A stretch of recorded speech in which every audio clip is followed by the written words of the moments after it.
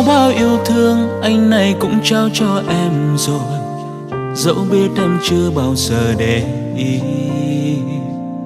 Cứ loay hoay theo từng cảm xúc mãi xoay vòng, chẳng thể nào mà thoát ra dòng suy nghĩ.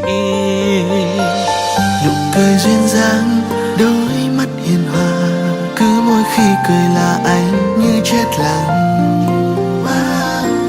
Người ở một nơi, anh ở một trời, tình yêu online nhưng anh sẽ thật thà nói với em. Anh muốn bay xuyên thời gian, xuyên không gian để tới bên em. Anh muốn bước đi cùng em trên đoạn đường đầy nắng. Hãy để cho anh được yêu em bằng tất cả những gì anh đang có và sắp có và sẽ có. Chẳng cần biết em có làm sao thì anh vẫn mãi yêu em, dẫu ở bên cạnh em bao nhiêu chàng trai hơn anh. Anh chẳng sợ gì đâu, vì anh to bằng cát thế giới này, nơi đó chỉ dành riêng cho em.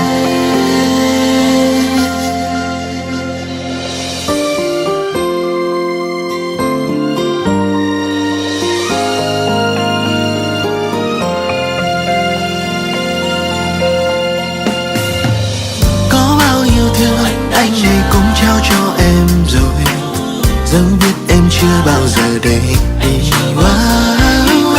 Cứ loay hoay theo từng cảm xúc mãi xoay vòng, chẳng thể nào mà thoát ra dòng suy nghĩ. Nụ cười duyên dáng, đôi mắt hiền hòa, cứ mỗi khi cười là anh như chết lặng. Người ở một nơi, anh ở một trời, tình yêu online nhưng anh sẽ thật thà nói với em. Anh muốn bay xuyên thời gian, xuyên không gian để tới bên em.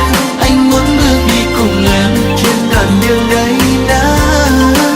Hãy để cho anh được yêu em bằng tất cả những gì anh đang có và sắp có và sẽ có. Chẳng cần biết em có làm sao thì anh vẫn mãi yêu em, dẫu ở bên cạnh em bao nhiêu chàng trai hơn anh. Anh chẳng sợ gì đâu, vì anh to bằng cả thế giới này, nơi đó chỉ dành riêng cho em. Anh muốn được yêu em, Anh muốn được bên em, muốn bước đi cùng em trên đoạn đường đầy nắng. hãy để cho anh được yêu em bằng tất cả những gì Anh đang có và sắp có và sẽ có và sẽ có.